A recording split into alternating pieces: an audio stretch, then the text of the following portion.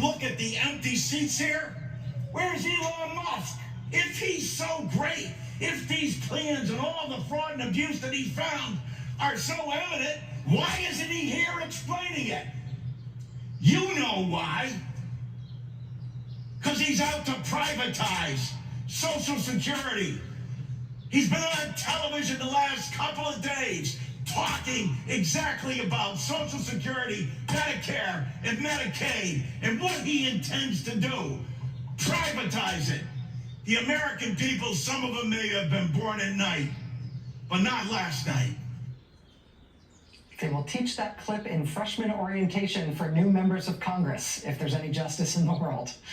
The moment when Connecticut Democratic Congressman John Larson pretty much burned down the barn over the issue of Social Security and what Trump and his top campaign donor are doing to it. Since Congressman Larson made that speech last week, Trump's plans for Social Security have come into sharper focus. Yes, they are firing thousands of people who work for Social Security. Yes, they are closing down field offices where people who receive Social Security can go to get help. But now they are making it materially harder for millions of Social Security recipients to get their benefits, forcing millions of retirees and disabled people to travel in person to one of the remaining field offices in order to handle basic transactions with the agency that for decades you could do over the phone. They're apparently going to go ahead with this starting March 31st. Joining us now is Congressman John Larson, Democrat of Connecticut. Congressman, thank you so much for joining us tonight. I really appreciate you taking the time. Oh, glad to be with you, Rachel, and thank you for your voice. Well, let me ask you about your voice. You gave a real clarion call in Congress last week. We highlighted that here on the show. I wanted to ask what you are hearing from your constituents. I know you just had a town hall, and I know you got a lot of attention. I did just have the same thing. There's frustration across the country and in the districts, and most of the time it's individuals saying, look, we don't hear enough from Congress, even though I assure you, and I think you know this, how hard everyone's working, etc. But this particular proposal that they had was a resolution that actually started back in the 1799 and was modified in 1879, which provides a check for the legislative branch on the executive branch. The resolution of inquiry requires that they take the bill up within 14 days or the bill goes directly to the floor for a vote. So what the Republicans did was adjourn the Congress on Tuesday night, hold a meeting Monday morning early with little people there, and clearly, as you saw from the clip, no Elon Musk and no head of the Social Security Administration. And the outrage here is what they're doing and the fact that they think that Elon Musk is above the law and that he doesn't have to come before the United States Congress or the Ways and Means Committee. I think my Republican colleagues were embarrassed by this fact, but we're going to keep it up. Rich Neal was in the papers again today calling for another, motion of inquiry so that we get Elon Musk before the committee and demand answers for the American people.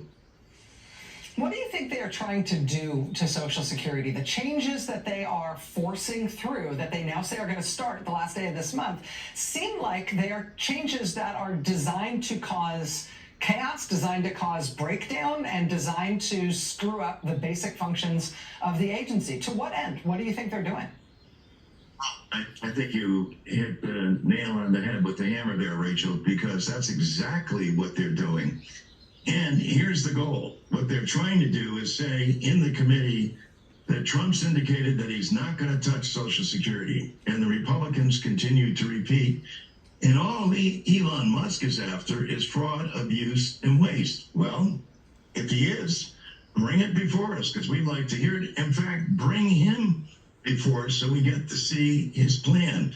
But the plan, unlike previous plans to privatize Social Security, is to scuttle the agencies themselves. Social Security already is trim and it has an administrative operating cost of under 1%.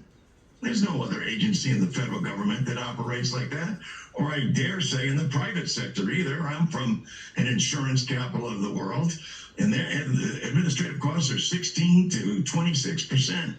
So what they're up to is to scuttle the agency, make it appear that it's not working and not answering people's concerns, and then passing legislation that's unpaid for, draining the Social Security Trust Fund. When Trump charges him with finding $2 trillion, everybody's attention should go up when you look at the Social Security Trust Fund, which is $2.7 trillion. And so he's made no bones about it on Larry Kudlow or any other place that they're going to privatize it. And then they deny that in front of the committee and won't bring them in front of the Ways and Means Committee to face the public and to face the questions that Congress has. Congressman John Larson, Democrat of Connecticut, please come back and talk to us about this. I know you're not going to let it go. Thank you, sir. I look forward to it, Rachel. Thank you so much. All right. Of course. We'll be right back.